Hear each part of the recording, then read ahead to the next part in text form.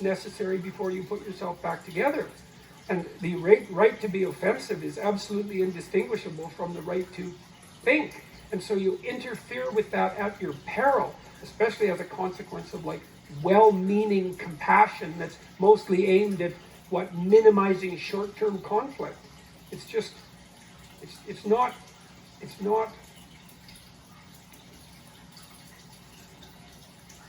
there's nothing in that that's going to have a positive outcome. All we'll get is polite people who say nothing offensive, who can't think or produce art or anything of value, and who can't solve problems, and who avoid short-term conflict at all costs.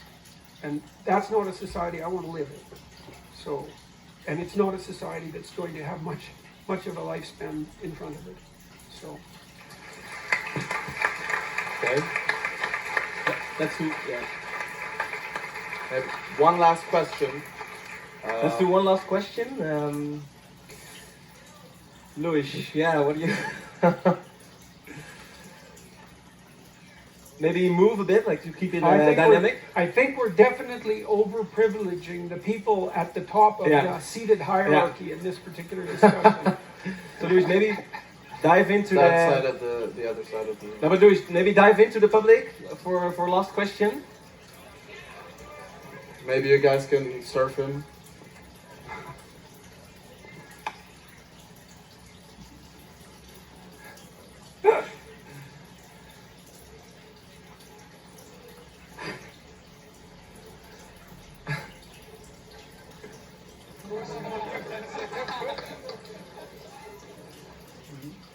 Mr. Peterson, first of all, I am a huge fan, and honestly, I'm about to be 20 years old, and this is the greatest day of my life, hearing you speak. I can be honest.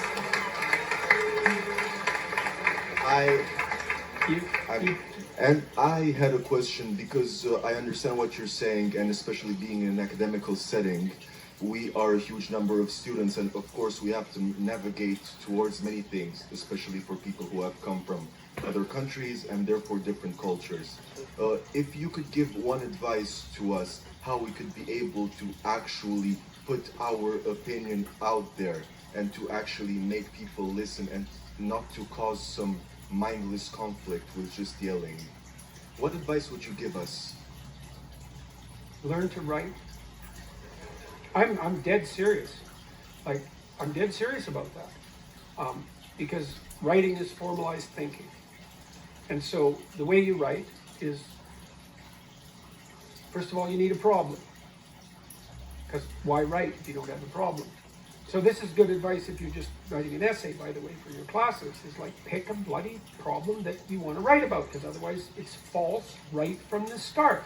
It's up to you to engage with the material until you find something that grips you, that you desire to investigate. Okay, so you need a problem. Well, the next thing you need to do is, well, you need to have something to say about the problem. So, reading. Reading is really good for that. Read as much as you can. Get your hands on that addresses the problem. Okay, so now you know a bunch of things, or at least provisionally know them. You at least have access to them.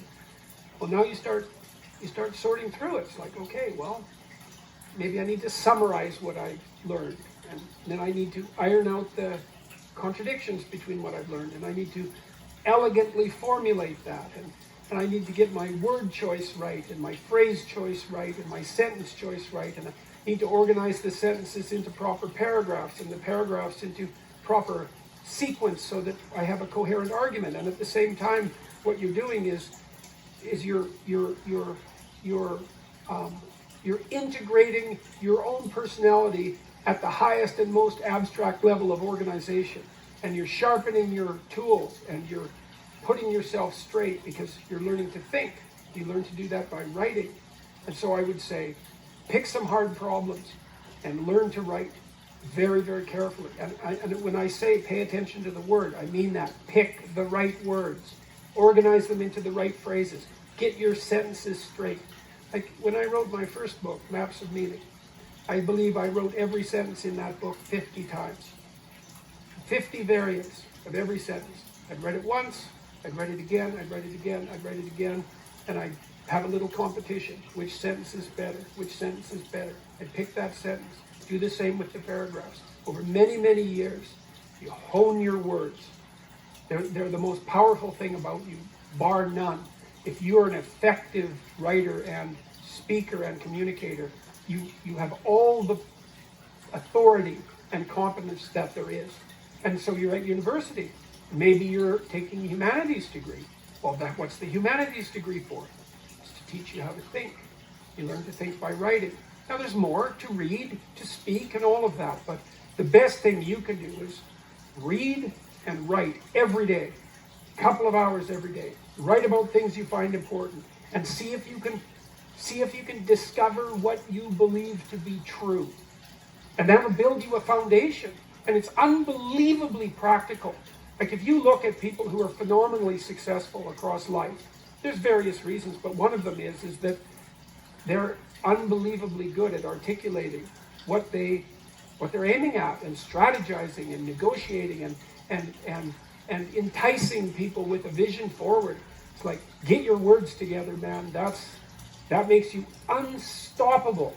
And that's the core of the humanities, that idea. Get your words together. Make yourself an articulate creature, and then you're deadly in the best possible way.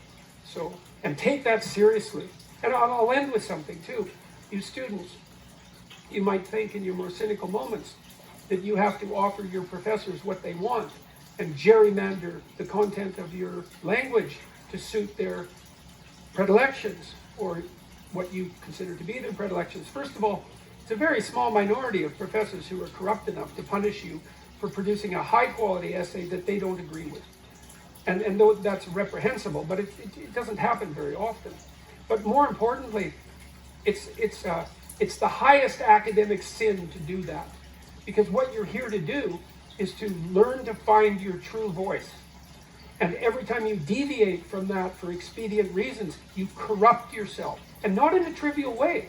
Because when you formulate your arguments, that becomes a permanent part of your character. You carry that with you. It becomes part of the structure through which you view the world, and it guides your actions. And so you hold your words pristine, and you work in a dedicated way to become as articulate and clear as you can possibly become. And there's nothing that's more practical and noble than that at the same time. That's why the humanities are so valuable. So you think, well, what good is a humanities degree? It's like, well, you come out of here able to speak and think and write, no matter where you go, like you're headed for the pinnacle, and hopefully in a way that's positive for everyone. So that's what I would recommend.